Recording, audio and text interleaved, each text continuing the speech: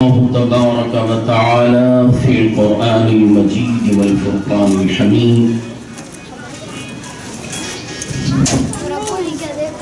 أعوذ بالله من الشيطان الرجيم.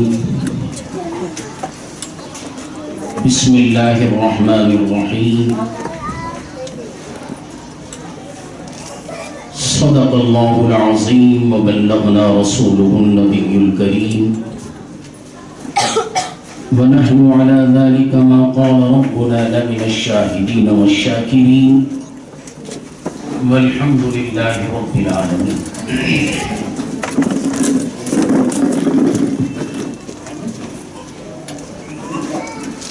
إن الله وملائكته يصلون على النبي يا أيها الذين آمنوا صلوا عليه وسلموا تسليما.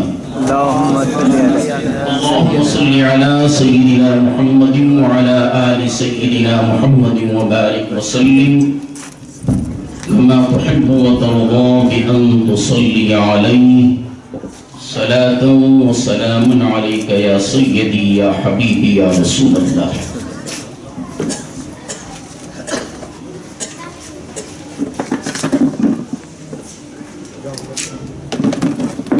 عزیزان محترم، بزرگان ملت،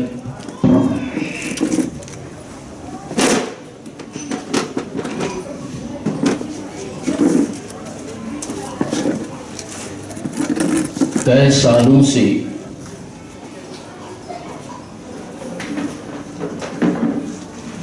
اس مقام پر میں بیان کے لیے آ رہا ہوں اور آپ مجھے بلا رہے ہیں. یہ آپ کی محبت ہے. اور اس کے علاوہ میں پرانی یاد تازہ کر لوں.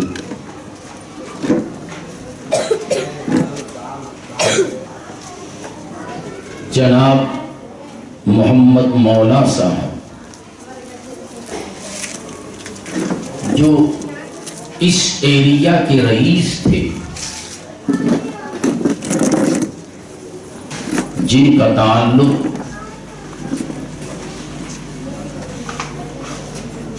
حضرت مومن بادشاہ قادری رحمت اللہ علیہ سے تھا،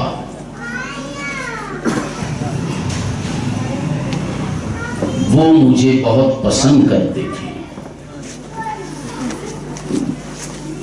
اور وہ انہی کے ایمان پر میں بار بار آتا تھا، اور وہ میرے والد بزرگوار کی نسبت سے میرا ادب کرتے تھے، حالانکہ میں ادب کے قابل نہیں تھا.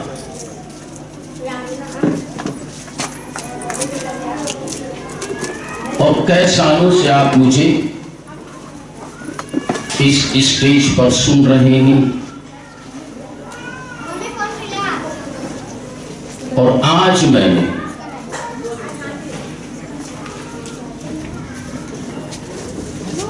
ایک ایسی آیت مبارکہ کا انتخاب کیا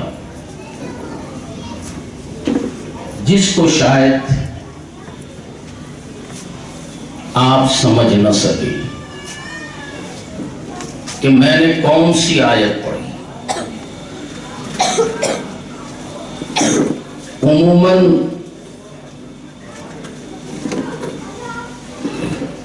ہر آیت کی ابتدا میں اعوذ باللہ من الشیطان الرجیم بسم اللہ الرحمن الرحیم پڑھتے ہیں.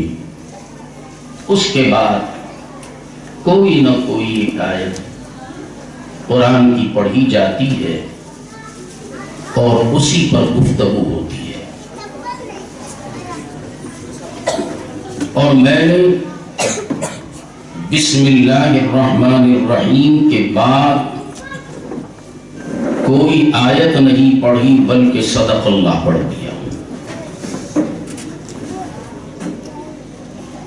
آپ سوچتے ہوں گے جب آیت ہی اس نے نہیں پڑھی تو گفتگو کس پر ہوگی؟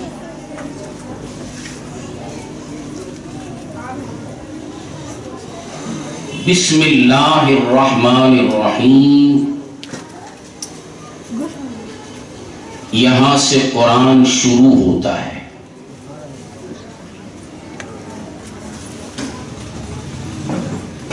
یہ قرآن سے الگ نہیں،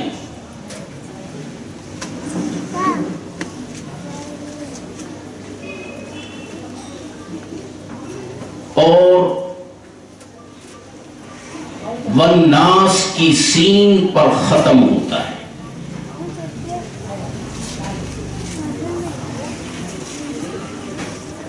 بسم اللہ، بسم میں سب سے پہلا حرف با۔ قرآن با سے شروع ہوتا ہے اور سین پر ختم ہوتا ہے۔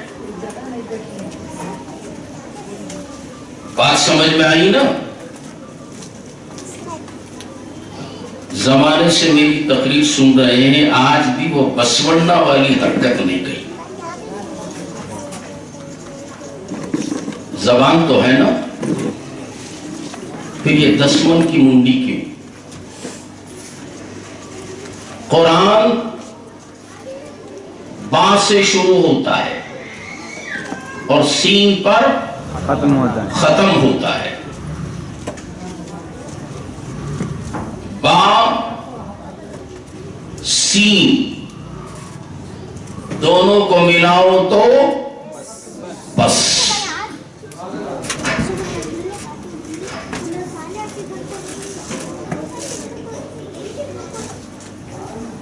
اور اس بس کو الٹ دو تو سب۔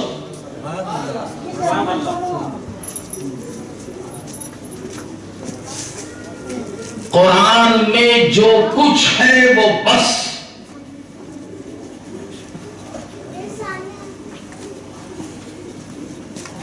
اور جو ہے وہ بس۔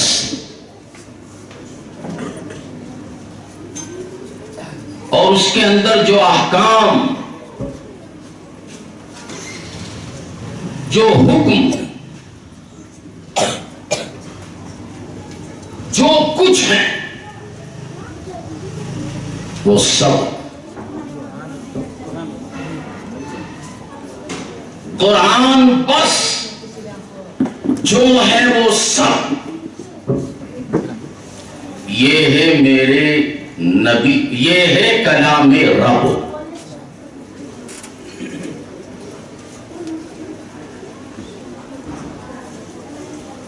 بسم اللہ الرحمن الرحیم کی فضیلت اور اس کی برکتیں بے شمار ہیں۔ میں اتنا عرض کروں،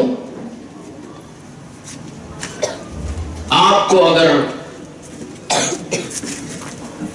بھوک لگے تو آپ کھانے کے لیے بیٹھیں تو 5 روٹیاں کھا جائیں گے۔ 5 روٹیوں پر پیٹ بھر جائے گا۔ اور اگر آپ بسم اللہ پڑھ کے کھائیں تو 2 ہی روٹی میں پیٹ بھر جائے گا۔ بغیر بسم اللہ پڑھے کھائیں تو 5 روٹیاں، 5 روٹیوں میں آپ کا پیٹ بھرے گا، اور بسم اللہ پڑھ کے کھائیں گے تو 2 ہی روٹی میں آپ کا پیٹ بھر جائے گا۔ کیوں؟ ہر انسان کے ساتھ شیطان لگا ہوا ہے، وہ کبھی بھی آپ کا پیچھا نہیں چھوڑتا۔ جب آپ بغیر بسم اللہ کے کھائیں گے، 3 روٹیاں وہ کھا جاتا ہے، 2 روٹیاں آپ کھاتے ہیں، آپ کے کھانے میں وہ شریک ہے۔ بغیر بسم اللہ کے پانی پیئیں گے تو 2 گلاس، 1 گلاس آپ پیتے ہیں، دوسرا گلاس آپ کا وہ دوست، آپ کا ساتھی۔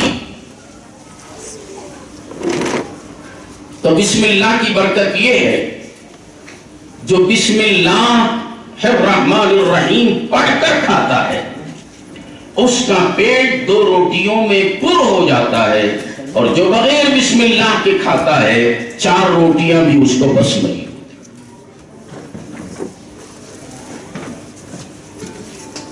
اب میں ایک لطیفہ سناتے ہوئے بات کو آگے بڑھاؤں۔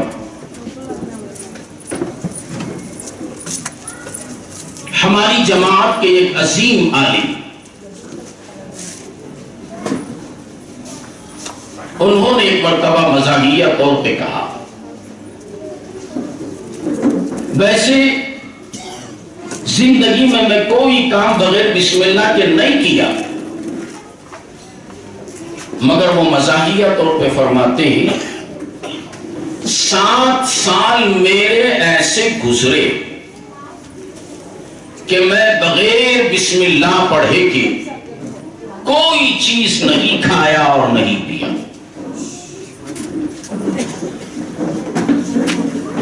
مگر جب میں سگریٹ پیتا تھا تو بسم اللہ نہیں پڑھتا تھا۔ پوچھا گیا کیوں؟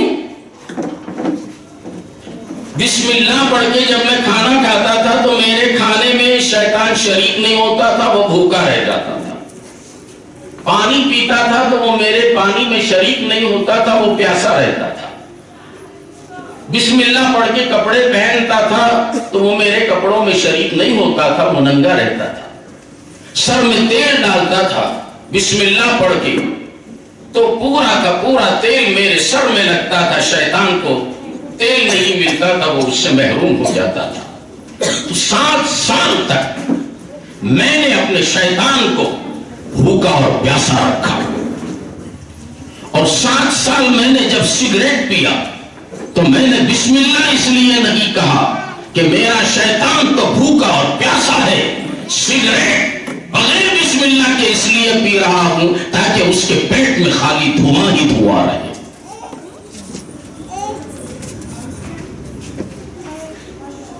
تو بسم اللہ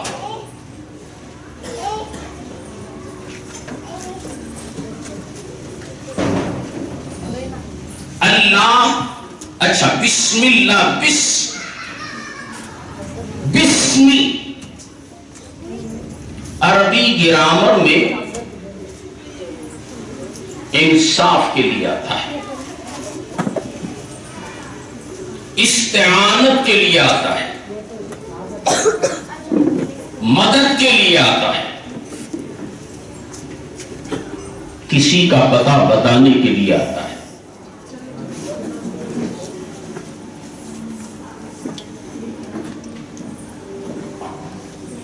نبی اللہ،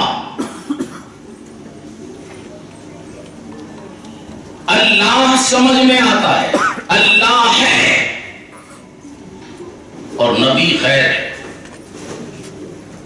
رسول اللہ، اللہ اللہ ہے، رسول کوئی اور ہے۔ عبداللہ، اللہ ہے، عبد کوئی اور ہے۔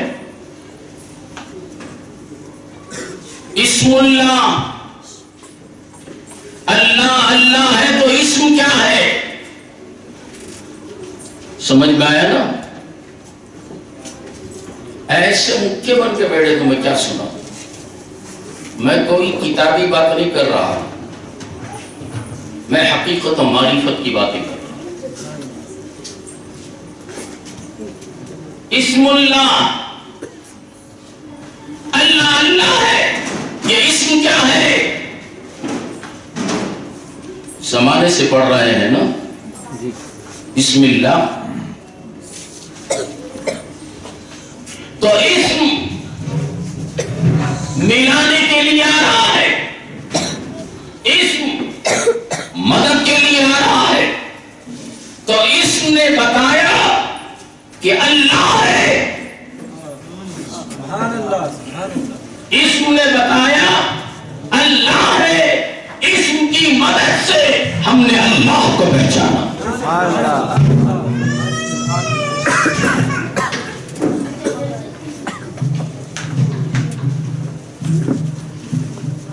كنت كنزا مخفيا فاحببت ان عرفا.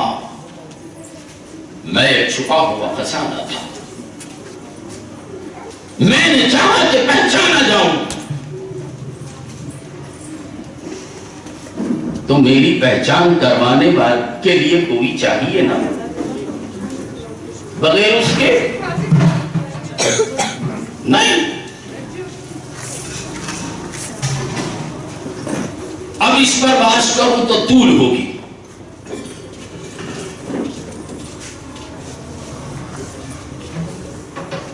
تو رب نے اپنی معرفت کروانے کے لیے حبیب کو پیدا فرمایا. اس وقت جبکہ خدا کے سوا کچھ نہیں تھا. خدا ہے، کچھ نہیں. خدا دوسرا نہیں. پہلے خدا نے اپنے نور سے اپنے حبیب کے نور کو بنایا. اب خدا ہے، نور مصطفیٰ ہے، تیسرا نہیں.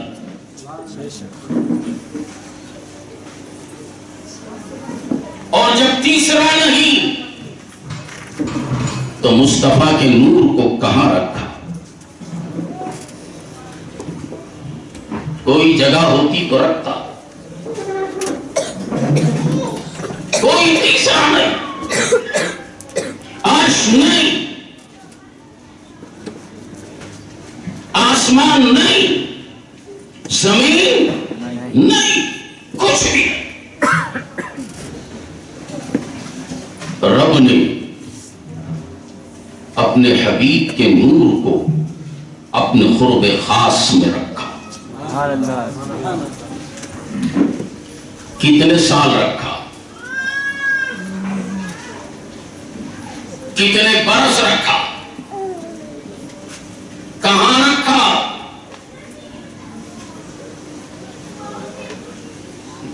اس وقت نہ وقت تھا، نہ دن تھے، نہ سال تھا، نہ سن تھے، کچھ بھی نہیں. اور کتنے سال کا پتہ نہیں.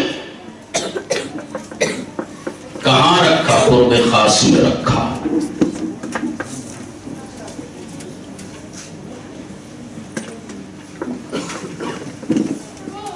یہ کیا ہے؟ یہ گلاب. جواب دینا بھی نہیں سیکھے. کیا ہے؟ گلاب. میں گلاب کے اس پھول کو کچھ دیر کے لیے اپنے رومال میں باندھ کر رکھ لوں.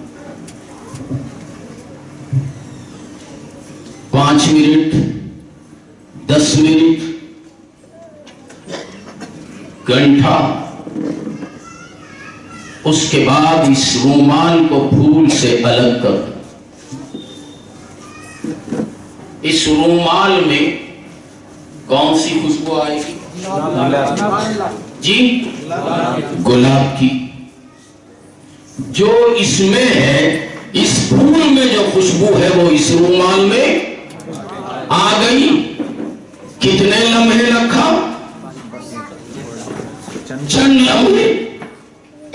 چند کی صحبت کا یہ اثر ہے کہ پھول نے میرے رومال میں اپنی خوشبو ڈال دی تو بلا تمثیل میرے رب نے اپنے حبیب کو ہزار سال اپنے قرب خاص میں رکھا تو کیا رب نے اپنی تاثیر اپنی صفتیں میرے محبوب میں نہیں ڈالی؟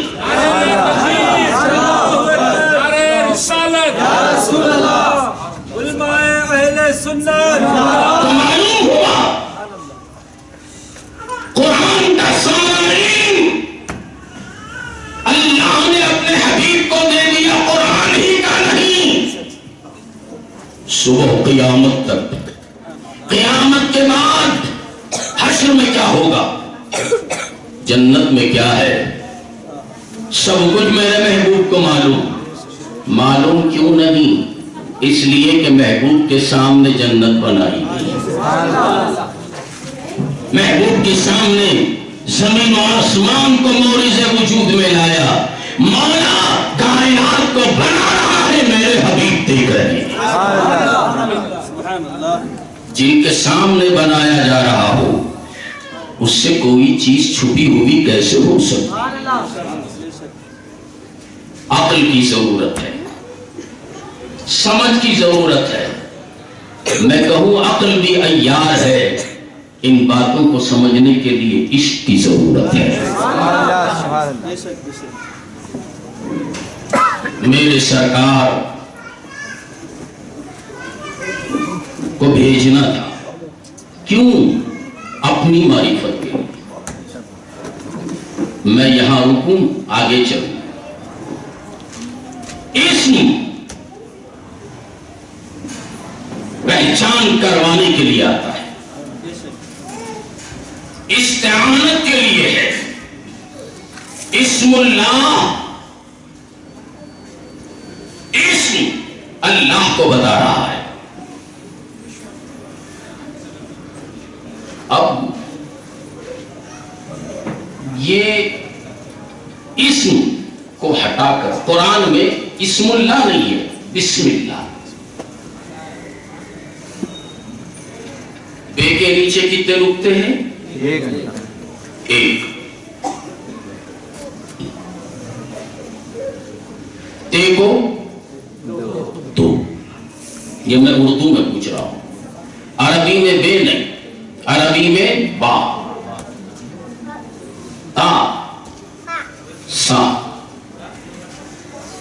نیچے ایک نقطہ ہو تو با، اوپر دو نقطے ہوں تو تا، تین نقطے ہوں تو سا۔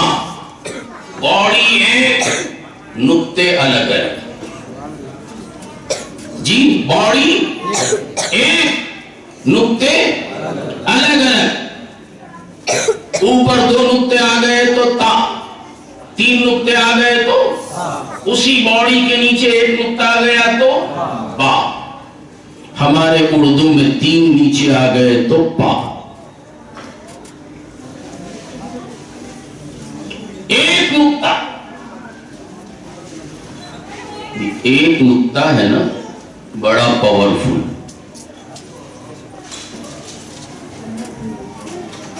دو نقطوں کو بانٹا جا سکتا ہے، تین کو بانٹا جا سکتا ہے، ایک کو بانٹا نہیں جا سکتا۔ ایک نہ بٹ سکتا ہے نہ کٹ سکتا ہے۔ جو نہ بٹے نہ کٹے اس کو ایٹم کہتے ہیں۔ کیا کہتے ہیں اس کو؟ ایٹم۔ اور جو ایٹم ہوتا ہے وہ پاورفل ہوتا ہے۔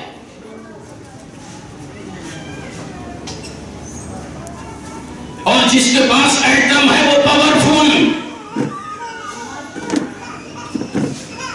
امریکہ کے پاس میں ایٹم ہے وہ پاورفل۔ بے کے نیچے ایک نقطہ ہے، وہ نقطہ نہ کٹ سکتا ہے نہ بٹ سکتا ہے، پاورفل۔ وہ نقطہ کیا ہے؟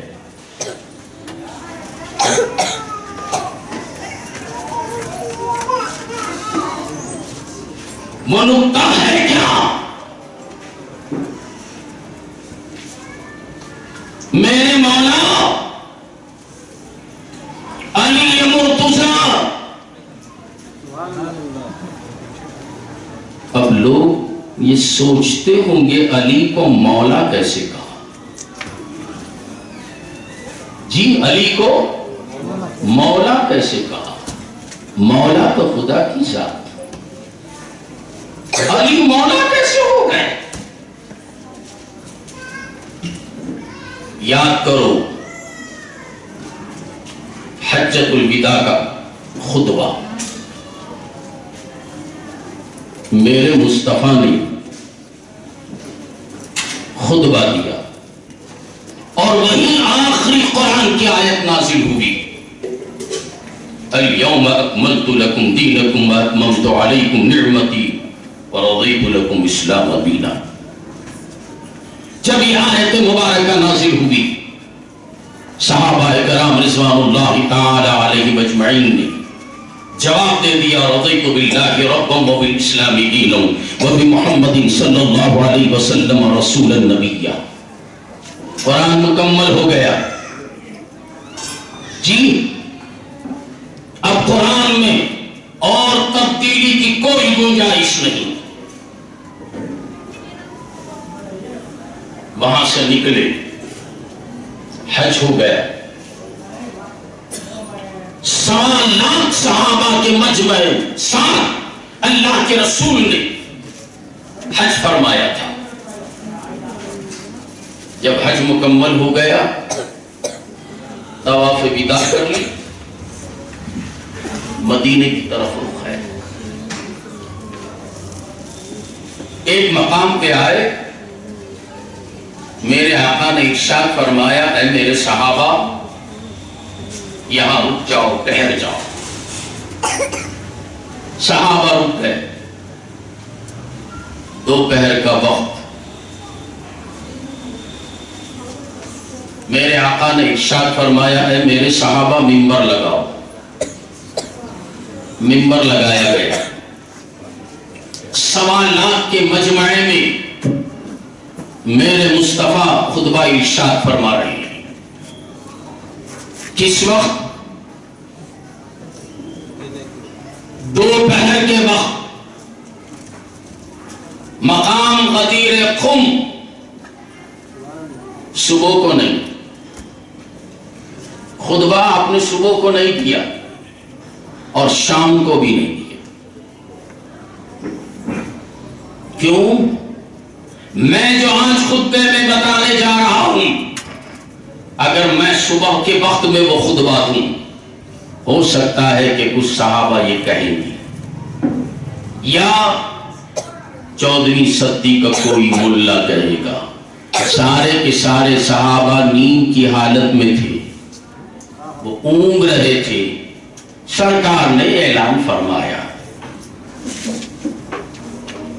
شام کے وقت ٹھنڈی ٹھنڈی ہوائیں چل رہی تھی. اس وقت سب کو غنودگی کا عالم طاری تھا. اس وقت اللہ کے رسول نے یہ ارشاد فرمایا. صحابہ مست ہو گئے تھے. جو اللہ کے رسول نے کہا وہ صحابہ سن نہ سکے. اس لیے اللہ کے رسول نے عین دوپہر کے وقت جب شباب کی دھوپ ہے اس وقت کسی کو نیند آتی ہے پسینے چھوٹتے رہتے ہیں. گرمی شدت کی کوئی سوئے گا نہیں. ہوش میں ہے. اس وقت اللہ کے رسول نے صحابہ کرام رضوان اللہ تعالی علیہم اجمعین سے دریافت فرمایا. سب سے پہلے اپنے تعلق سے بات کی. من انا, میں کون ہوں؟ کیا صحابہ نہیں جانتے تھے کہ یہ محمد رسول اللہ صلی اللہ علیہ وسلم ہے؟ پھر بھی اللہ کے رسول دریافت فرما رہے. صحابہ نے بتایا آپ ہمارے آقا ہیں, آپ ہمارے مولا ہیں. پھر آپ نے مکے کی طرف اشارہ کیا. یہ شہر کون سا ہے؟ کیا صحابہ کو معلوم نہیں تھا کہ وہ شہر مکہ ہے؟ صحابہ نے جواب دیا اللہ و رسولہ عالم، اللہ اور اس کا رسول بہتر جانتا ہے۔ میدان عرفات کی طرف اشارہ، یہ میدان کون سا ہے؟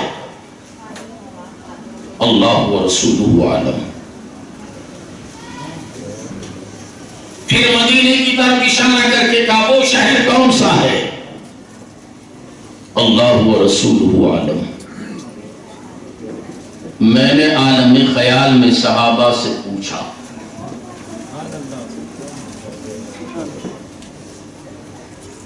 عالم خیال میں باتیں کرنے ہمیں آتا ہے، اپنے شیخ کی صحبت میں رہ کر ان کے دیے ہوئے ذکر و اذکار سے ہم نے اپنے دل کو اس قدر منور کر لیا ہے جس سے ملاقات کرنا چاہتے ہیں، حالت مراقبہ میں جاتے ہیں، گفتگو کر لیتے ہیں۔ سبحان اللہ۔ اے میرے صحابہ، کیا آپ کو معلوم نہیں تھا کہ وہ مکہ ہے، وہ میدان عرفات ہے، وہ مدینہ ہے؟ آپ نے بتایا کیوں نہیں؟ جب میں نے سوال کیا تو صحابہ جواب دیتے ہیں، اے عبد القادر، یہ کسی غیر کا مقام نہیں، یہ نبی کی بارگاہ ہے۔ اگر ہم یہ کہہ دیتے یہ مکہ ہے اور آقا یہ فرماتے نہیں یہ مکہ نہیں مدینہ ہے، تو مکہ مدینہ ہو جاتا۔ یہ میدان عرفات ہے، آقا فرماتے میدان عرفات نہیں یہ منی ہے، تو عرفات منی بن جاتا۔ ہم نے بس اتنا ہی کہا اللہ اور اس کا رسول بہتر جانتا ہے۔ تقریر ہوئی، اب عین مرحلے پہ میرے آقا پہنچ رہے، علی قریب میں تھے، علی کو قریب کیا، علی کھڑے ہو گئے میرے آقا کے قریب میں، میرے آقا کے پہلو میں۔ میرے آقا نے علی کا ہاتھ پکڑا، اوپر کی طرف اٹھایا، صحابہ کے مجمع میں اعلان کر رہے ہیں من کنت مولا فعلی مولا، جس کا میں مولا ہوں علی بھی اس کا مولا ہے۔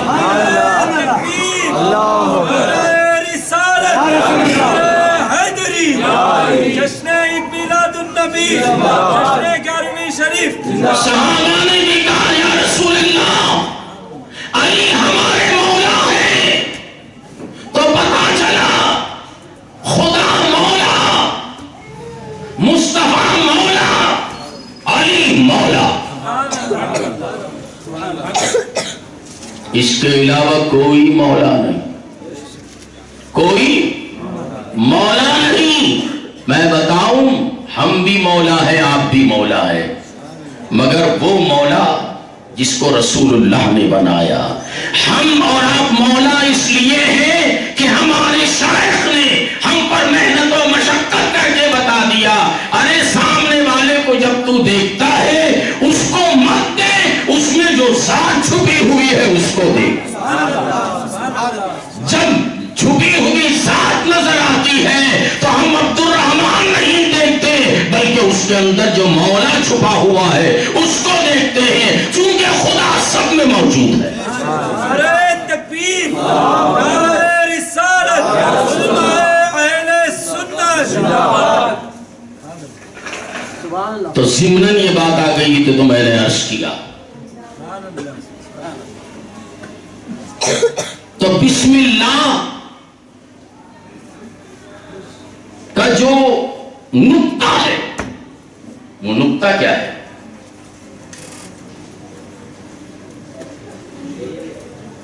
اسم کسی کی پہچان کرانے کے لیے آیا، جیسا کہ میں نے بتایا نبی اللہ، اللہ اللہ ہے، نبی کوئی اور،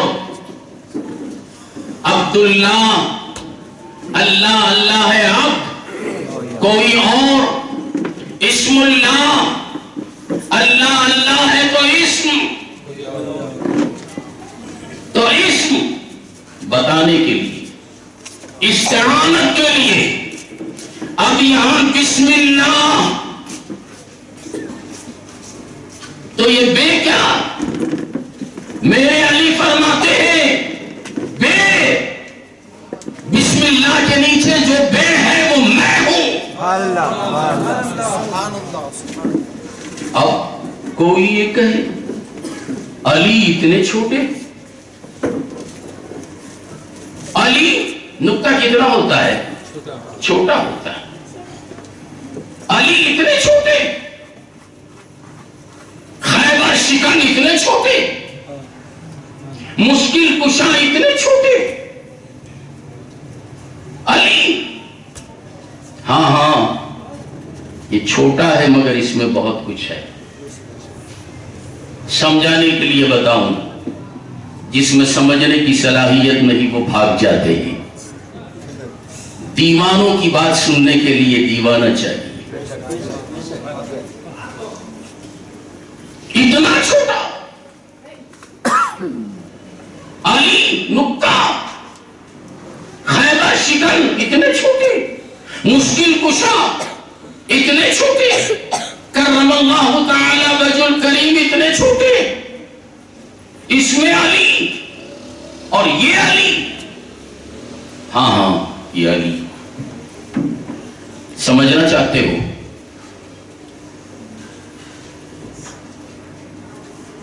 یہ اسٹیٹ کون سا ہے؟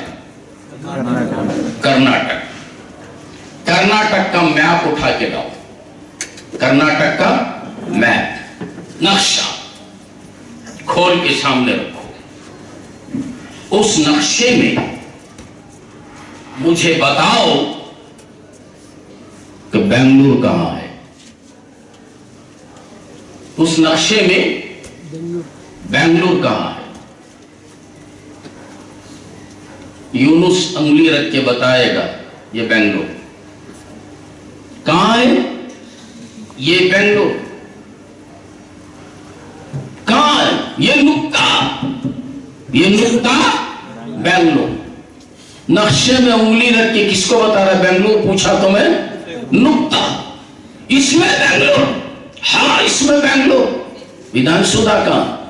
اسی نقطے میں.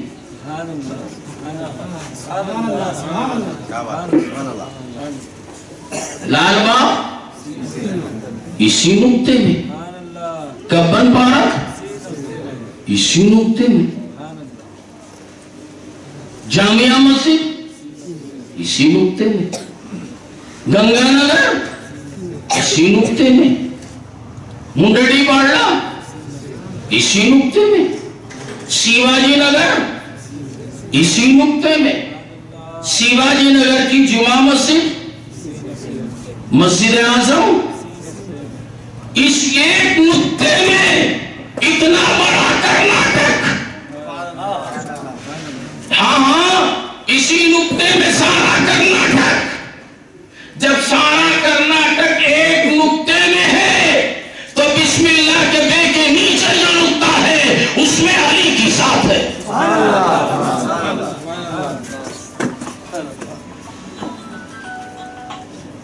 نبی کو کہاں پہچان رہے ہو؟ علی کو پہچانو. نعرے حیدری، نعرے تکبیر، نعرے رسالت، نعرے رسالت، نعرے حیدری. بسم اللہ تو بسم نے اللہ کی پہچان کرائی. اور علی کہاں پیدا ہوئے؟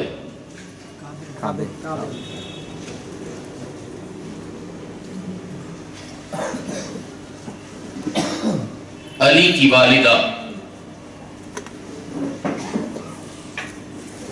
فاطمہ بنت اسد کعبے کا طواف کر رہی تھی. کعبے میں اکیلی طواف کر رہی تھی یا کوئی اور بھی تھی؟ کعبے کا طواف مرد عورتیں سب مل کے کرتی. جب کعبے کا طواف ہو رہا تھا یہ بھی خانہ کعبہ کا طواف کر رہی تھی. اب علی کے ظاہر ہونے کا وقت آ گیا. اچانک کعبے کا دروازہ کھلا. فاطمہ بنت اسد کعبے میں گئی اور کعبے میں علی تشریف لائے. کون روک سکتا تھا فاطمہ بنت اسد کو؟ کعبے کے متولی علی ابن ابو طالب. ان کو کوئی روک سکتا تھا؟ جب علی آئے کعبے میں آئے مطاف میں نہیں. یہاں تو سب ہیں سارے طواف کر رہے ہیں ان کی موجودگی میں. علی تشریف لائے کعبے کا دروازہ کھلا خانہ کعبہ میں گئیں. علی ظاہر ہوئے. ماں نے علی کو دیکھا بڑے حسین ہیں بڑے خوبصورت ہیں مگر آنکھیں بند ہیں. آنکھیں بند ہیں. ماں نے خیال کیا بچہ تو بڑا حسین ہے خوبصورت ہے مگر اندھا ہے.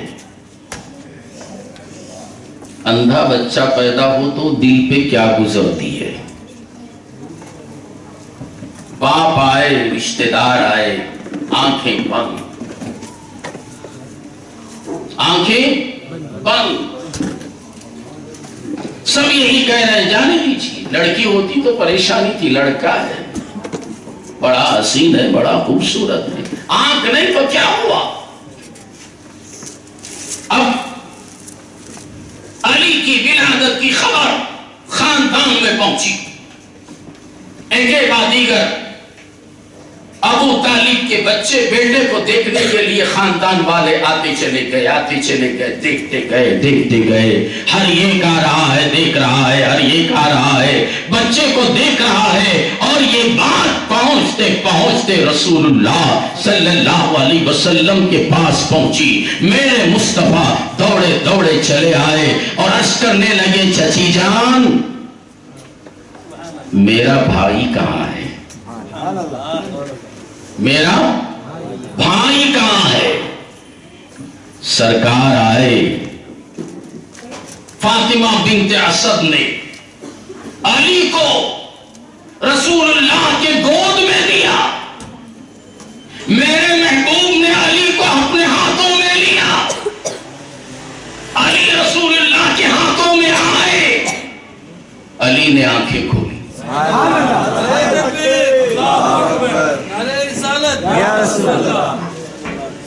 علی نے آنکھیں کھولی. میں نے پوچھا اے علی آپ کعبے میں تشریف لائے آنکھیں بند تھیں. رشتہ دار آئے آپ کی زیارت کے لیے آنکھیں بند تھیں. رسول اللہ آئے تو آپ نے آنکھیں کھول دی. علی فرماتے ہیں میں کعبے میں آیا مگر جب کعبے میں آیا تو کعبے میں غیر تھے.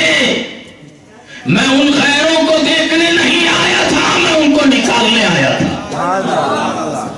میں ان کو نکالنے آیا تھا اس لیے میں نے آنکھیں بند کر لی. اور یہاں ایک بات اور کہہ دوں عقیدے کی بات. جب علی رسول اللہ کے ہاتھوں میں آئے علی نے آنکھیں کھول کے رسول اللہ کو دیکھا اور اس وقت تک میرے محبوب نے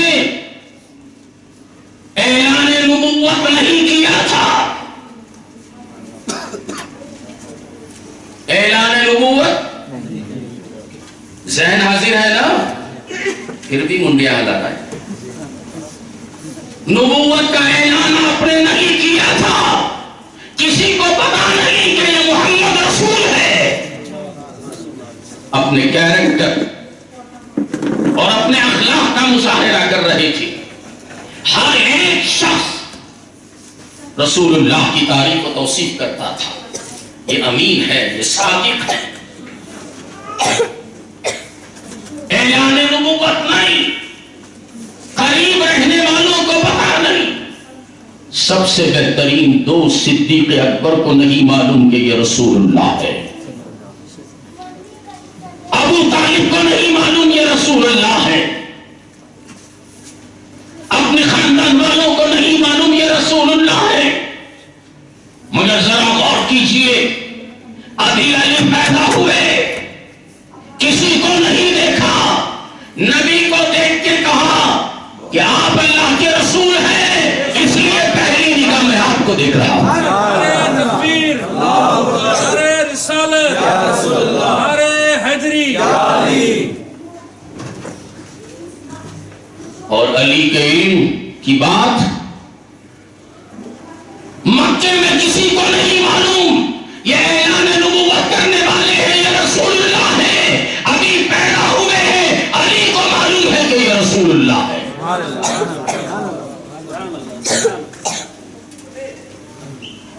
جس علی کو رسول اللہ کا علم ولادت کے ساتھ ہی ساتھ ہے، وہی علی ہمیں اور آپ کو خدا کی معرفت کا پتہ دینے کے لیے آئے. کہا کہ بسم اللہ، اللہ کا پتہ دینے والے، اللہ سے ملانے والے، یہ علی. اللہ اکبر. یہ علی اور ان کی زوجہ کون؟ خاتون جنت، انسانی حور. کیا ہے؟ انسانی حور. انسان اس لیے کہ نبی کی بیٹی. علی کی زوجہ انسان. حور خاتون جنت کے علاوہ دنیا میں کوئی انسانی حور نہیں. کوئی انسانی حور نہیں. انسان اس لیے کہ رسول اللہ کی بیٹی ہے، علی کی بیوی ہے. حور اس لیے کہ انہیں نہ حیض آتا ہے نہ نفاس. انہیں نہ حیض آتا ہے نہ نفاس. خاتون جنت کے علاوہ کسی کو حیض اور نفاس نہیں آتا. ساری عورتوں کو آتا ہے مگر خاتون جنت کو حیض اور نفاس نہیں. اس لیے حور. اور نبی کے جسم سے پیدا ہوئی اس لیے انسان. باپ علی جن کی ولادت کعبے میں، فاطمہ جنت کی حور، پاک باس، طاہر، مطہر. میں نہیں کہتا، قرآن کہتا ہے. انما یرید اللہ لیذھب عنکم الرجس اہل البیت ویطہرکم تطہیرا. خدا فرما رہا ہے نبی کے گھر والوں، ہم نے تمہیں خوب خوب پاک کر دیا، طاہر و مطہر کر دیا. باپ علی خانہ کعبہ میں پیدا ہوئے، فاطمہ جنت کی حور. ان پاک دو شخصیتوں سے پیدا ہونے والا حسن جو علی سے، حسین جس میں علی ہے، جن کی نسبت علی سے ہو وہ اولاد ناپاک نہیں ہوتی، وہ اولاد پاک ہوتی ہے. اور انہی حسن و حسین سے غوث اعظم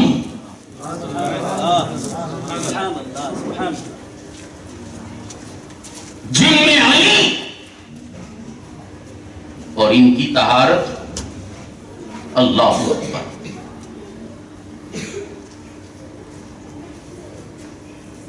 ایک نوجوان غوث پاک کی طہارت بتا رہا ہوں. واقعہ آپ کو معلوم ہے، واقعات کی روشنی میں نہیں جاتا. ایک نوجوان عبادت گزار دریا کے کناروں پر عبادت اور ریاضت کے مراحل گزار رہا تھا. بھوکا پیاسا، کئی دن کا بھوکا پیاسا. ایک دن سورج ڈوب رہا تھا، بھوک ستا رہی تھی. توجہ چاہتا ہوں، بھوک ستا رہی تھی. دریا میں سیک بہتا ہوا آ رہا تھا. اس نوجوان نے بھوک کی حالت میں سیک کو اٹھایا، کہا کہ بسم اللہ الرحمن الرحیم، سیک کو کھا لیا. جیسے ہی سیک ختم ہوا، شباب کے عالم میں عین جانے میں خوف خدا نے انگڑائیاں لی اور اندر سے آواز آئی، اے نوجوان، تو نے دریا میں بہتے ہوئے سیب کو بغیر اجازت کھا لیا. توجہ ہے نا، بغیر اجازت کھا لیا. اب تو سیب خون بنے گا. ایک غذا جب آپ کھاتے ہیں تو اس میں کئی حصے بنتے ہیں، اس میں کا کچھ حصہ خون بھی بنتا ہے. خون بنے گا. تیرے پاک خون میں یہ سیب جو تو نے بغیر اجازت کھا لی ہے، اب وہ خون بنے گا. تو پاک خون میں ایک خطرہ ناپاک خون مل جائے گا. خوف خدا، خشیت الہی نے اندر سے پکارا. آنکھوں سے آنسو جاری ہو گئے. دریا کے کنارے کنارے چل رہے ہیں، پتہ لگا رہے سے کہاں سے آیا. کہا کہ اس کنارے سے نہیں، اس کنارے سے آیا. اس ایک سیب سے پیدا ہونے والے خون کے خطرے کو حلال بنانے کے لیے ایک نوجوان اس نے دریا میں چھلانگ لگا دی. صبح کا انتظار نہیں کیا. 4 گھنٹوں کے اندر یہ سیب خون بنے گا. اب یہ خون بننے سے پہلے میں اس کو حلال بناؤں. سمندر میں چھلانگ لگائی، اس کنارے گئے. جب گئے تو ایک باغ تھا. باغ میں داخل ہوئے، دیکھا ایک بزرگ بیٹھے ہوئے. قریب پہنچے، کہا کہ حضور، جی بیٹا یہ باغ آپ کا ہے؟ ہاں میرا ہے. باغ کے بارڈر میں جو درخت ہے جو دریا کے کنارے جھکا ہوا ہے وہ بھی آپ کا ہے؟ ہاں میرا ہے. کیوں، کیا بات ہے؟ نہیں میں پوچھ رہا. اس کی ڈالیاں جو باغ دریا کے کنارے ہیں وہ؟ کہا کہ وہ بھی میرے ہیں. تو اس ڈالیوں میں سے ایک سیب گرا، دریا میں بہتا ہوا آیا. میں بھوک کی حالت میں اس سیب کو اٹھایا، میں اس کو کھا لیا. اچھا کھا لیا، کیا ہوا؟ میں اس کی معافی طلب کرنے کے لیے آیا ہوں. اس کی معافی طلب کرنے کے لیے آیا ہوں. اور جس بزرگ کے پاس گیا تھا وہ بھی ایسے ویسے نہیں تھے، وہ بھی اللہ والے تھے. ان کی نظر بھی اللہ والی نظر تھی، دیکھا جوان ہے، جوانی کے عالم میں خوف خدا کا یہ عالم کہ اس سیب کو حلال بنانے کے لیے راتوں رات دریا میں تیرتا ہوا آیا اور سیب کو حلال بنانا چاہتا ہے۔ سرکار مجھے وہ سیب معاف کر دیجئے، وہ خون بننے سے پہلے معاف کر دیجئے تاکہ میرے پاک خون میں وہ ناپاک خون نہ مل جائے۔ اس نوجوان کی بے قراری کو دیکھا، خشیت الہی انگڑائیاں لے رہا ہے، معاف کر دیجئے، اگر ایک قطرہ خون بن کر مل جائے تو میرا سارا خون ناپاک ہو جائے گا اور مجھ سے ہونے والی ساری نسل ناپاک ہو جائے گی۔ میں نہ اپنے آپ کو ناپاک ہونے دوں گا، نہ میرے آنے والی نسل کو ناپاک ہونے دوں گا، معاف کر دیجئے۔ اس بزرگ نے کہا اچھا فائدہ اٹھانا ہے، کیا کرنا ہے؟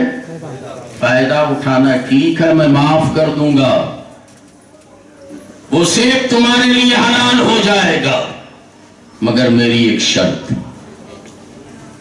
حضور جلدی بولیے کیا شرط ہے آج کا کوئی ایسا نوجوان جو ایک لقمے کھانے کو حلال کرنے کے لیے اتنی محنت کرے؟ لوگوں کی پراپرٹی ہضم کر لیتے ہیں، ڈکار نہیں لیتے، لوگوں کو لوٹ لیتے ہیں، ڈکار نہیں لیتے، اور پھر بھی پارسا بنے پھرتے ہیں، پھر بھی نیک۔ مجھ جیسا پرہیزگار ہمارے پورے ایریا میں کون بھی نہیں، سب نالائق، میں ایک ہی نالائق، پتہ نہیں کتنوں کا گھر ڈبا دیا، کتنی عورتوں کو بیوہ کر دیا، کتنوں کا مال لوٹ لیا، پھر بھی پارسا، پھر بھی نیک۔ میری بات مانو، میں بہت نیک ہوں، بھائیوں کا حق نہیں دیا۔ سبق حاصل کرو۔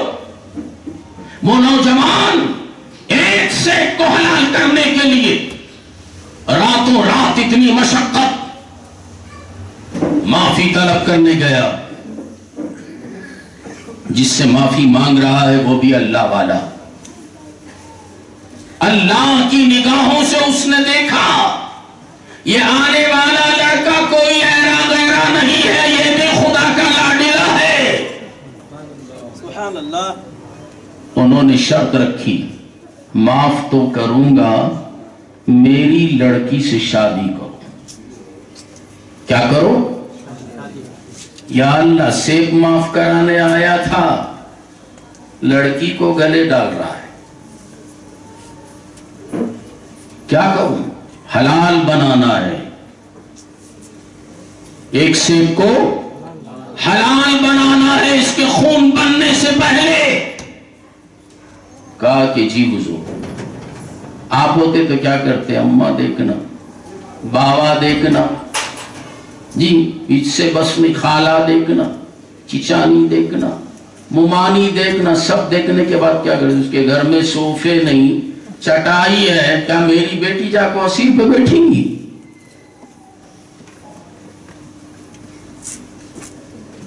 مگر یہ اللہ والا ہے، ایک سیب کو حلال بنانے کے لیے شادی کرو گے؟ جی حضور، سیب حلال ہو جائے، ایک لقمے کو حلال بنانے کے لیے تیار۔ اچھا تیار ہو گئے؟ جی، اور سنو، میری بیٹی اندھی ہے، سیب کو حلال بنانے کے لیے، یا اللہ اندھی ہے تو کوئی پرواہ نہیں، میرا لقمہ حلال ہو جائے۔ اب دل میں خیال، اندھی ہے، کم سے کم بولے گی تو؟ دل میں خیال آیا، ماں سے جواب آ رہا ہے، گونگی ہے، یا اللہ دیکھتی بھی نہیں بولتی بھی نہیں، کیا کرے؟ ایک لقمے کو حلال بنانا ہے. خدا کا خوف، خشیت الہی. اب دل میں خیال آیا کم سے کم سنے گی تو بہری ہے، نہ دیکھتی ہے نہ بولتی ہے نہ سنتی ہے. ٹھیک ہے، حلال بنانا ہے. کیا کرنا ہے؟ حلال بنانا ہے. کم سے کم چلتی تو ہوگی. کہا کہ نہیں، لنگڑی ہے. کام تو کرتی ہوگی. نہیں، لنجی ہے. گوشت کا لوتھڑا ہے. نہ آنکھیں ہیں جی، نہ کان ہے، نہ زبان ہے، نہ ہاتھ ہے، نہ پیر ہے. ٹھیک ہے، مجھے قبول ہے، مگر وہ یہ ایک لقمہ میرا حلال ہو جائے. میرا ایک لقمہ حلال ہو جائے. قبول کر لیا، نکاح ہوا. خلوت میں گئے. اب اصول شریعت کا، گھر میں داخل ہو تو سلام کر کے جاؤ. چاہے سنے نہ سنے، چاہے گھر میں کوئی ہو نہ ہو. معلوم ہے آپ کو، بیلا گھسے جیسا گھس جاتے گھر. گلی میں لڑ لیتے جی، بیل کے جیسا گھر میں گھس کر جورو پہ روپا ڈالتا ہے. اسلام جو طریقہ گھر میں داخل ہونے کا سکھایا ہے، آج کا مسلمان اس سے نہ آشنا. کیسے آشنا ہوگا؟ اس کا ایک ایک دانہ حرام کا جھوٹ بول کے کماتا ہے، غیبت کرتا ہے، لوگوں کا مال کھاتا ہے. تو اس میں انسانیت کہاں سے آئے گی؟ دین کہاں سے آئے گا؟ اندر داخل ہوئے. اصول شریعت کا کہا کہ سنے نہ سنے، مگر نبی پاک علیہ السلام کی تعلیم پر عمل تو کرنا ہے. آپ نے جب کہا السلام علیکم رحمت اللہ وبرکاتہ، بڑی حسین آواز میں جواب آتا ہے وعلیکم السلام رحمت اللہ وبرکاتہ. نوجوان حیران و پریشان ہو گیا. نگاہ اٹھا کے دیکھی محجبین ہے، انوار و تجلیات اس کے چہرے سے ٹپک رہے ہیں. الٹے قدم بھاگ کے آ گیا سسر کے پاس. کس کے پاس؟ خسر کے پاس آیا. خسر بھی اور ساس بھی نکاح کے بعد ماں باپ کا درجہ رکھتی ہیں. جیسی تم اپنے ماں باپ کی خدمت، ان کے فرما بردار ہے، ویسے ہی اپنے ساس اور سسر کی بھی خدمت انہیں کرنا ہے. وہ بھی ماں باپ کے مقابل ہے. وہ نوجوان پلٹ کے آیا، کیا کہتا ہے؟ ابا جی، ابھی بیوی کو ہاتھ نہیں لگایا. تبھی کیا کہہ رہا ہے؟ ابا. کیا ہوا بیٹا؟ منکوہا کے علاوہ کوئی اور اندر ہے. ایک سیب کو حلال بنانے کے لیے اتنی محنت و مشقت کے ساتھ یہاں تک پہنچا. اب اگر وہ بھی گناہ ہو جائے تو پھر میرا کیا حال ہوگا؟ میرا رب مجھے معاف نہیں کرے گا، میرا خون ناپاک ہو جائے گا. آنکھوں سے آنسو آ گئے. خسر نے کہا بیٹا وہی تو تمہاری منکوہا ہے. بابا آپ نے عیوب بیان کیے تھے، کہا کہ میں نے جھوٹ نہیں کہا، میں نے جھوٹ نہیں کہا، میں نے جو کچھ کہا ہے وہ حق کہا ہے۔ میں نے اندھی اس لیے کہا کہ خلاف شریعت اس نے کوئی چیز نہیں دیکھی۔ میں نے اس کو گونگی اس لیے کہا کہ اس نے شریعت کے خلاف کبھی منہ نہیں کھولی، شریعت کے خلاف کوئی بات نہیں سنی، شریعت کے خلاف گھر سے باہر قدم اس نے نہیں نکالی، اس لیے میں نے یہ عیوب بیان کیے۔ اور یہ نوجوان کون ہے؟ حضرت ابو صالح جنگی دوست رحمت اللہ علیہ۔ وہ عورت کون ہے؟ اللہ اکبر، یہ عورت حضرت غوث پاک کی والدہ محترمہ ہے، جن کے باپ کی طہارت کا یہ عالم، ماں اس قدر پاک باز، اور ان کے دادا علی ان کی پاکی کا یہ عالم، دادی خاتون جنت، حسن و حسین جنتی جوانوں کے سردار، خالق جنت مولا، مالک جنت مصطفیٰ، قاسم جنت علی، حسن و حسین جنتی جوانوں کے سردار،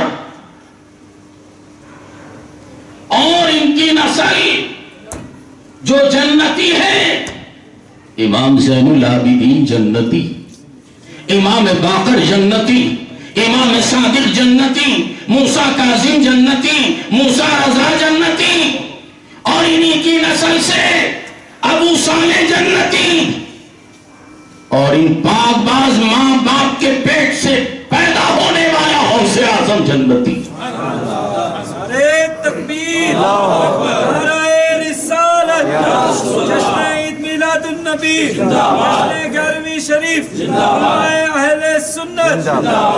اور اس غوث کے چاہنے والے اگر غوث اعظم کی تعلیمات پر عمل کر کے جھوٹ سے اپنے آپ کو بچائیں، چوری سے بچائیں، حرام غذا نہ کھائیں، کسی کی غیبت نہ کریں، کسی کی چغلی نہ کریں، تو غوث کے ماننے والے یہ جنتی غوث ان کے چاہنے والوں کو، ان کے فالوورز کو جنت میں لے جائے گا۔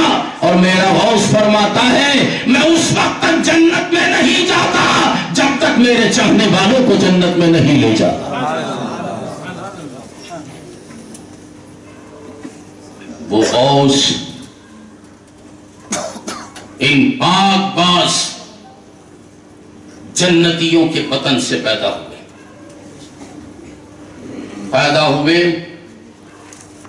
ایک کم رمضان المبارک تھی، صبح سے شام تک دودھ نہیں پیا۔ کیا نہیں پیا؟ کون؟ کتنے دن کے؟ ابھی پیدا ہوئے ہیں، دودھ نہیں پیتے۔ ماں دودھ پلا رہی ہے، چہرہ موڑ لیتے۔ کیوں؟ تفصیل میں گئے بغیر عرض کروں، ہم اور آپ پیدا ہوتے ہیں فطرت انسانیت پر۔ کس پر؟ فطرت انسانیت پر۔ ہم کو شریعت پر عمل کرنا ہے۔ پیدا ہوئے فطرت، بار بار میں اس لیے پوچھتا ہوں تاکہ آپ کے دل و دماغ میں باتیں بیٹھ جائے۔ ہم پیدا ہوئے فطرت انسانیت پر، آگے چل کے ہمیں عمل کرنا ہے شریعت پر۔ شریعت کہے کھاؤ تو کھاؤ، شریعت کہے پیو تو پیو، شریعت کہے کہ یہ کام کرو تو کرو۔ ہم فطرت انسانی فطرت پر پیدا ہوتے ہیں، شریعت کو فالو کرنا ہے۔ غوث اعظم پیدا ہوئے فطرت شریعت پر۔ غوث اعظم فطرت شریعت پر پیدا ہوئے، عمل کرنا ہے مشیت پر۔ رب کھلائے تو کھاؤں، رب پلائے تو پیوں، رب چلائے تو چلوں۔ ہم پیدا ہوئے فطرت انسانیت پر، نظر شریعت پر۔ شریعت کہے کھاؤ تو کھاؤ، شریعت جن چیزوں سے روکے رک جاؤ۔ غوث پاک فطرت شریعت پر، عمل مشیت پر کریں گے۔ پیدا ہوئے فطرت شریعت پر۔ عید رمضان المبارک کی پہلی تاریخ تھی، مشیت نے پکارا اے عبد القادر ماں دودھ پلائے گی، مگر مشیت کا تقاضا یہ ہے کہ تم دودھ نہ پینا، دودھ نہیں۔ مشیت خداوندی کے تحت روزہ رہے، ماں بھی روزہ۔ افطار کا وقت آیا، ماں چلی افطار کرنے، غوث پاک نے ایریاں رگڑی، آواز دی امی تم نے افطار کر لیا، مجھے افطار نہیں کرایا۔ مشیت نے پکار کے کہا عبد القادر افطار کر لو۔ عبد القادر نے افطار کی۔ تو جب ولادت میں ہم اور غوث اعظم برابر نہیں، ہم فطرت انسانیت پر پیدا ہوتے ہیں، غوث اعظم فطرت شریعت پر پیدا ہوتے ہیں۔ پیدا ہونے میں جب برابر نہیں تو پھر غوث اعظم کے برابر ہم کہاں سے ہو سکتے؟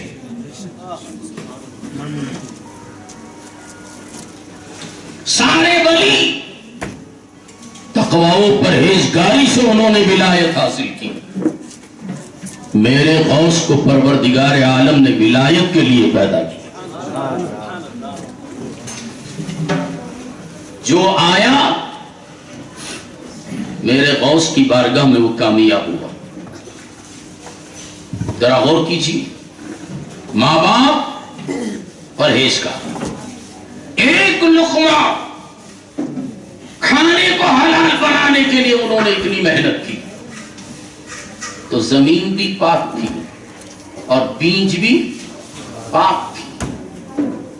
آج اگر بہترین فصل آپ پیدا کرنا چاہتے ہیں تو زمین اچھی چاہیے۔ آپ دیہات میں جائیے، دیہات کس کو بولتے ہیں؟ گاؤں، دیہات۔ اور میں اسی کو کہوں قریے والے دیہات۔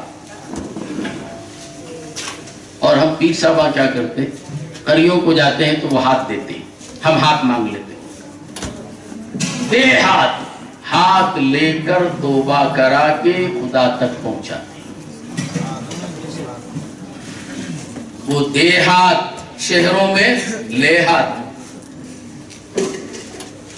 وہاں دیہات، شہروں میں لیہات، لے لیا تو پھر دیتا نہیں، سر پٹک پٹک کے مر جاؤ۔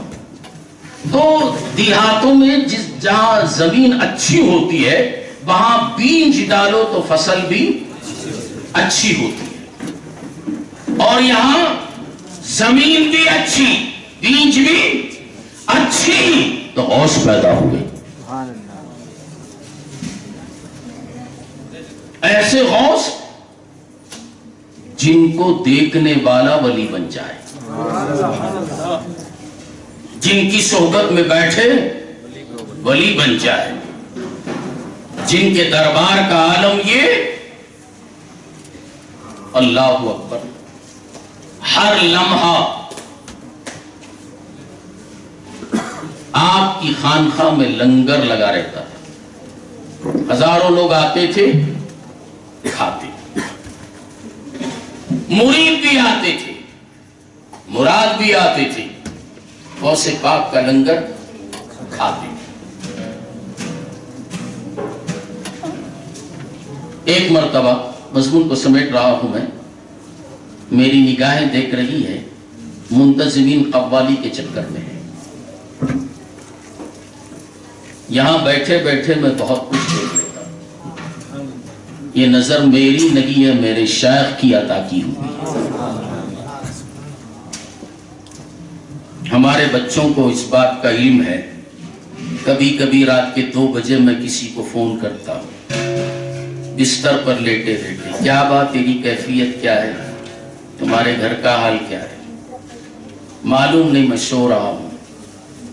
دیکھ تیرا فلاں بچہ تڑپ رہا ہے، جا وضو کر کے فلاں وظیفہ کر وہ سو جائے. جھوٹ بولنے کی عادت نہیں، میرے باپ نے مجھے جھوٹ بولنا نہیں سکھایا. شہادت جن سے میں نے کہا وہ مرید یہاں موجود ہے. تیری ماں تڑپ رہی ہے، جورو کے پہلو میں سو رہا ہے. جنت لینا ہو تو جا، ٹھنڈے پانی سے وضو کر، یہ وظیفہ کر، تیری ماں پہ دم کر، وہ آرام سے سو جائے گی. یہ نگاہیں ان کی ہیں، یہ ان کا کرم ہے، یہ ان کا فیضان ہے. چونکہ میرا پیر علی بھی ہے اور حسین بھی ہے. سبحان اللہ، سبحان اللہ. ایک طرف علی دوسرے طرف حسین ہو، اس کو دنیا کا کیا ڈر.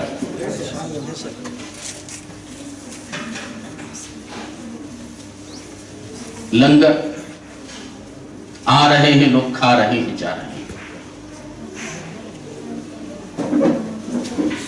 دنیا داروں کی نظر غوث اعظم کے لنگر پہ پڑی. ایک فقیر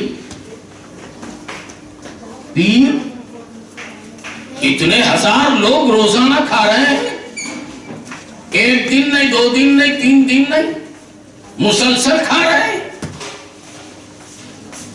ایک وقت نہیں، تینوں وقت.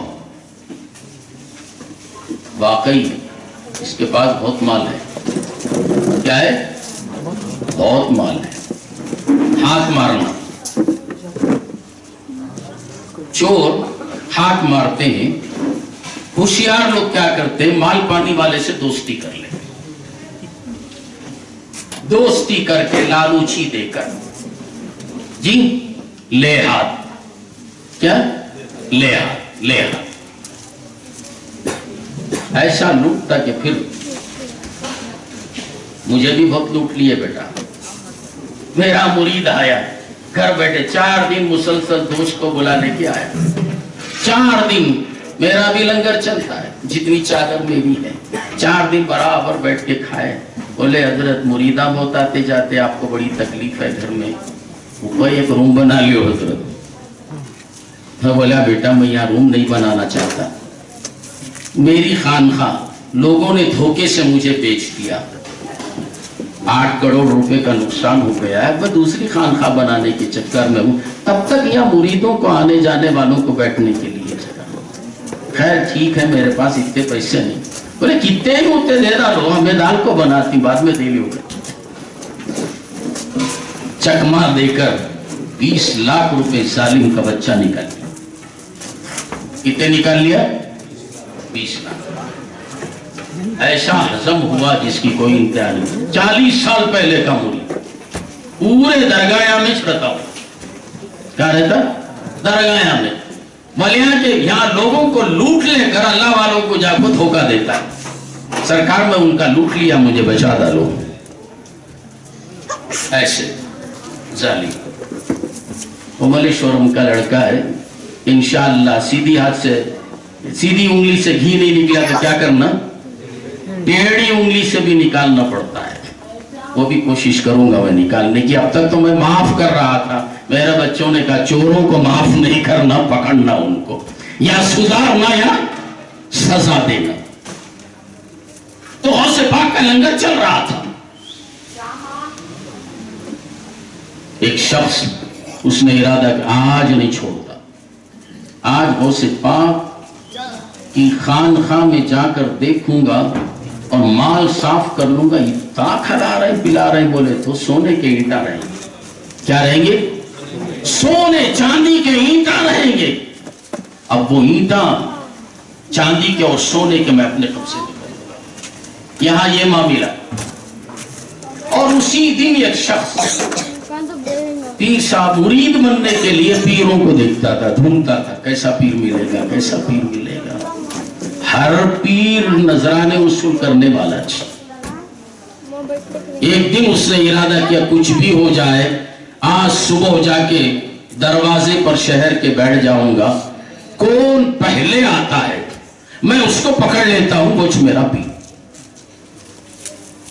جا کے بیٹھ گیا اور یہ غوث پاک کے خانقاہ میں چوری کا ارادہ کر کے جو شب گھر سے نکلا تھا، اتفاق سے وہی ملا اس کو سب سے پہلے. پیر پکڑ لیا، آپ میرے پیر، آپ میرے پیر. بولے میں چور ہوں بابا، کئی کو مجھے پکڑ لیا. نہیں کچھ بھی ہو جانا، آپ چور کی ڈاکوں کی مجھے نہیں معلوم، میں ارادہ کر لیا تھا اللہ جس کو سب سے پہلے بیچتا وہ میرا پیر. اب جب پیر چھوڑا نہیں تو اس نے سوچا پیر صاحب کی بات مریدہ مانتے نا، جو پیر بولے وہ آمنا صدقنا. اب اس نے سوچا تو مجھے پیر مانتا کیا؟ ہاں مانتا ہوں، میرا پیر چھوڑ تو پہلے مجھے مرید بناؤ. بولے اب پیر چھوڑ بابا، بعد میں آ کے تجھے مرید بناتا ہوں، وعدہ ہے نا، پیر چھوڑ دیتا ہوں، جب اب واپس جاتے آپ مجھے مرید بنا کے جانا. اسی وعدے پر اس نے پیر چھوڑا، گیا خانقاہ پر، غوث اعظم کے پیچھے کے دروازے سے دیوار کود کے اندر گیا. واقعہ کیا ہے؟ دروازے میں سے گیا، چور دروازے میں سے نہیں آتا، پیچھے سے آتا ہے. شریف دروازے سے جاتا ہے، چور دیوار پھاند کے آتا ہے. اندر جا کے دیکھا رات ہو گئی تھی، ہاتھ مار رہا ہے، نہ سونے کی اینٹ مل رہی ہے نہ چاندی کی اینٹ مل رہی. ہاتھ مارتے مارتے پورا گھر چھان دیا، کہیں بھی دربار غوثیت میں سونے چاندی کا اینٹ تو الگ بات ہے، راشن بھی نہیں ہے. اللہ والوں کے ہاتھ میں سب کچھ ہوتا ہے مگر ان کے گھر میں کچھ نہیں ہوتا.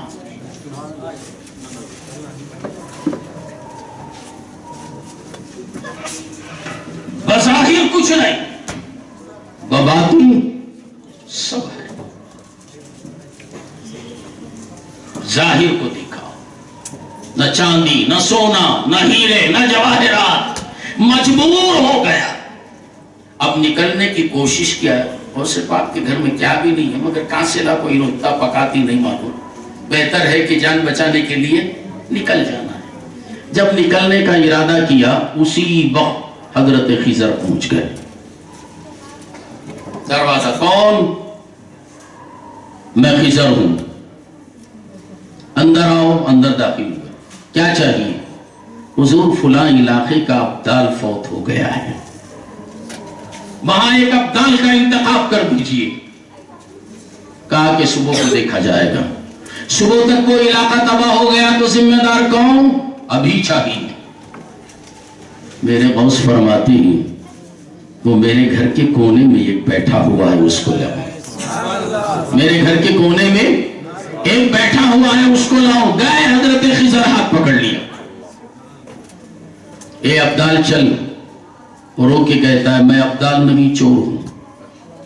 تو جو بھی تھا غوث پاک کے گھر میں آ گیا، اب چور نہیں رہے گا، اب ابدال ہوگا. یہ کسی اور کا در نہیں ہے، یہ غوث اعظم کا گھر ہے، یہ پاک لوگوں کا در ہے، یہ طاہر اور مطہر لوگوں کا در ہے، جن کی اولادیں پاک اور طاہر و مطہر ہے. یہاں جو ناپاک بھی آ جائے تو پاک ہو جاتا ہے. لے گیا. غریب نواز نے دیکھا، غوث پاک نے دیکھا، مسکرایا، سینے پہ ہاتھ نہیں پھیرا. سینے سے لگایا نہیں، قریب آیا، مسکرا کے غوث اعظم نے محبت کی نگاہ ڈالی، چور کی دنیا بدل گئی، چور کی دنیا بدل گئی، چور سے ابدال بنا دیا۔ یہ اللہ والے نظروں سے پلاتے ہیں۔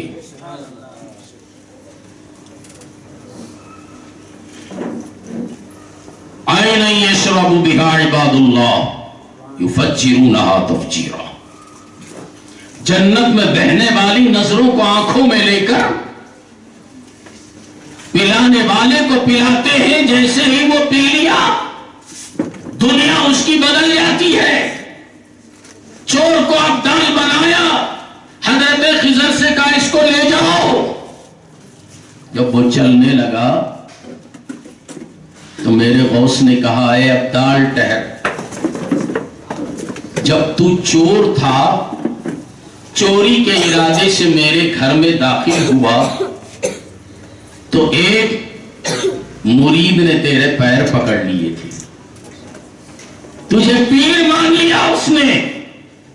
جب تم چور تھا، مرید بنانے کے قابل نہیں تھا، میری نظر پڑ گئی تو اب تو پیر بن گیا، جا اس کو پہلا مرید بناتا ہوا جا۔ غوث کی نظر میں ایک چور کو ولایت بھی مل گئی اور ایک ارادت مند کو پیر بھی مل گیا۔ یہ در اللہ والوں کا ہے، اللہ والوں کے در سے دور مت بھاگو۔ کبھی کبھی یہ اللہ والے غیظ و غضب میں ہوں اور اس وقت کچھ کہہ دیں، برا مت مانو، وہ جو کہیں گے ان کا کہنا بھی تمہارے لیے ہدایت ہے۔ یہ اللہ والوں کا گھر ہے۔ میں مثال دے کر سمجھا دوں، آخری بات، شہد کی ہانڈی میں ہاتھ مارو تو آپ کو کیا ملے گا؟ نہیں معلوم؟ دودھ کی ہانڈی میں ہاتھ ڈالو تو، مٹھائی کی ہانڈی میں ہاتھ ڈالو تو مٹھائی، ولایت کی ہانڈی میں ہاتھ ڈالو تو ولایت ملے گی۔ اے غیرے کی ہانڈی میں ہاتھ مت ڈالو، اللہ والوں کی ہانڈی میں ہاتھ ڈالو، تمہیں ولایت ملے گی اور یہی ولایت تمہیں مولا سے ملا دی۔